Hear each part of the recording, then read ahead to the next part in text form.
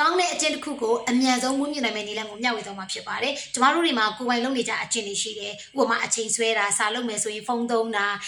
exercise လုပ်ရမယ်ဆိုရင်မလုပ်ဘဲနဲ့အိတ်နေတာစာဖတ်ရမယ်ဆိုရင်မဖတ်ဘဲနဲ့ဖုန်းထဲကြည့်နေတာစသဖြင့်အလေးအကျင့်တွေရှိတယ်။အဲ့ဒီအလေးအကျင့်တွေကိုပြောင်းပြီးတော့မှကျမတို့ကောင်းမွန်တဲ့အလေးအကျင့်တစ်ခုကိုမွေးကျင်တဲ့ habits အလေးအကျင့်အသစ်ကိုမွေးမြူကျင်နေဆိုရင်တော့အရန်ကိုမှလိုက်လို့လွယ်မဲ့အလေးအကျင့်အသစ်တစ်ခုမွေးမြူနည်းကိုပြပြသွားမှာဖြစ်ပါတယ်။ဥပမာကျမဆိုရင်အလေးအကျင့်အသစ်တစ်ခုကိုဘယ်လိုမွေးမြူခဲ့လဲဆိုတော့တရားထိုင်တာကျမကထုံးစံတိုင်းပဲတရားထိုင်တာကိုထိုင်ရမယ်သိတယ်တပတ်မှာ3ရက်လောက်ပဲထိုင်နေ4ရက်လောက်ပဲထိုင်နေနေတိုင်းမထိုင်ဘူးဒါပေမဲ့ကျမအဲ့ဒါကိုနေ့တူကတစ်နေ့တစ်ခါတစ်နာရီကိုအပြည့်ထိုင်ခြင်းနဲ့အကျင့်ကိုမွေးမြူခြင်းတာအဲ့တော့ကျမဘလူလေးလောက်လိုက်လဲဆိုတော့ကျမတို့တွေမှာအကျင့်တစ်ခုကိုမွေးမြူဖို့အတွက်အကျင့်ဟောင်းတစ်ခုလုံနေကြအမြဲတမ်းမပြတ်မကွက်လုံနေတဲ့အကျင့်နဲ့အတူတူတွဲပြီးတော့လုပ်ရတယ်ကျမဘယ်လိုမျိုးလုပ်ခဲ့လဲဆိုရင်ကျမကမနက်တိုင်းအိပ်ရထားတယ်လူတိုင်းလည်းအိပ်ရထားတယ်လူတိုင်းလည်းမျက်နှာတက်တယ်ဒါကကျမတို့ဘယ်တော့မှမပြောင်းလဲမဲ့လုပ်နေတဲ့အမှုအကျင့်တွေအဲ့တော့ကျမကမနက်တိုင်းအိပ်ရထားတယ်အိပ်ရထားတာနဲ့တရားထိုင်တယ်အဲ့ဒါကိုကျမတွဲလိုက်တယ်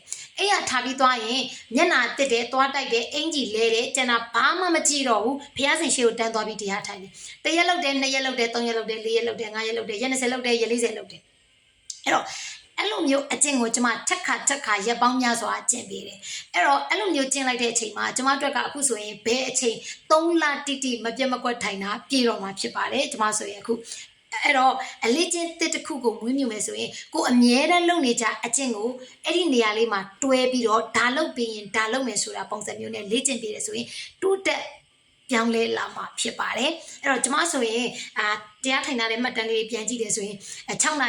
မိနစ်ပေါ့လေ6:20ထိုင်တာလုံးဝအတိတွေပဲအလန်းနဲ့အဲ့ချိန်တေချာထားတာဆိုတော့အဲ့လိုမျိုးဟာလေးတဲ့အခုကျမဆိုရင်နေခင်းဆိုလဲထိုင်ပြီဒီနေ့ဆိုလဲကျမမနက်10:00နာရီလောက်မှထိုင်လိုက်တယ်ဘလို့ဖြစ်ထိုင်သွားပြီအလေးချင်းတစ်ခုရသွားပြီဥပမာကိုကအင်္ဂလိပ်စာလုပ်မယ်လို့တွေးနေတယ်ဆိုရင်ဘယ်လိုလုပ်ကြမလဲအင်္ဂလိပ်စာလုပ်တာဘယ်ချိန်အားလဲအလုတ်ကလူတိုင်းပြန်လာတယ်ချက်ချင်းမလုပ်ကြသေးဘူးညစာစားရင်စားမယ်ဥပမာအဲ့တော့ညစာစားပြီးတိုင်းအင်္ဂလိပ်စာနိုင်ဝဲလုပ်မယ်